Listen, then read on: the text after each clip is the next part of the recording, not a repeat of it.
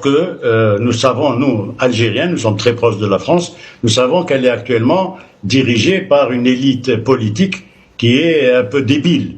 Lorsque le ministre de l'économie déclarait qu'il allait mettre la Russie à genoux, bon, vous voyez à peu près à qui vous avez affaire. Je voudrais juste faire une petite parenthèse, je ne sais pas combien de temps il nous reste.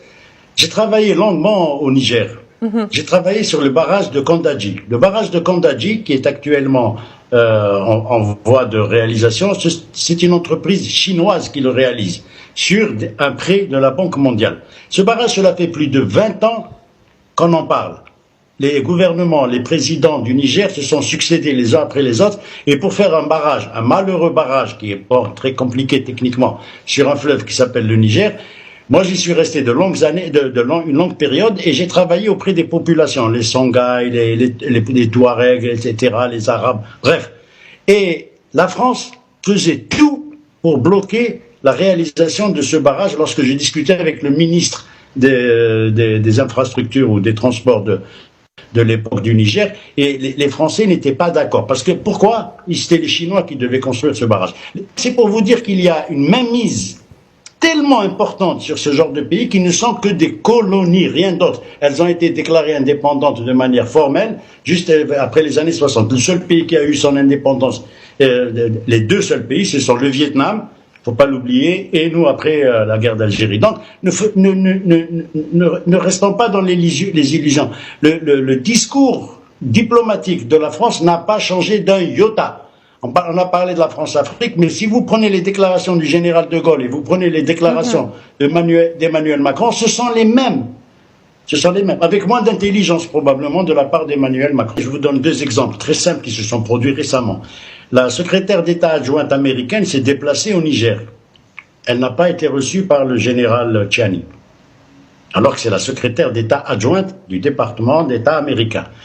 Et l'ambassadeur, aujourd'hui, l'ambassadeur Sylvain Ité, l'ambassadeur de France à Niamey, a été appelé par le ministère nigérien des Affaires étrangères pour discussion.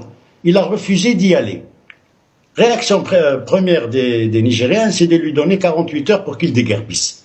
Parce qu'il y a cette absence de respect, il y a cette absence de vision, il y a cette absence de pragmatisme.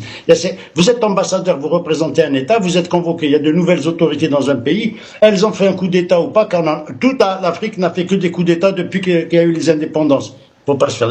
Le général de Gaulle a fait un coup d'État, que je sache, c'est un militaire.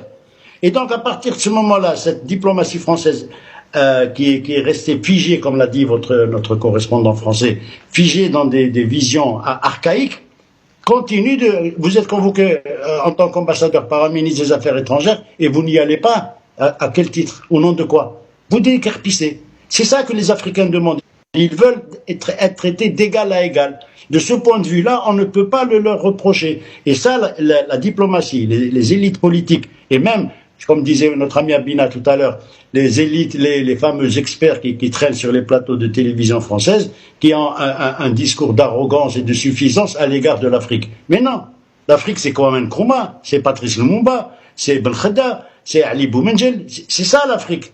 Il ne faut pas se faire d'illusions. Ils ne sont pas plus intelligents, ni plus instruits, ni plus civilisés que nous. Je vous rappelle que les droits de l'homme ont été développés dans une constitution malienne qui date du XIIIe siècle, avant la Révolution française de 1789. Donc, cette vision aberrante et sclérosée et figée sur de la médiocrité ne va pas les emmener très loin.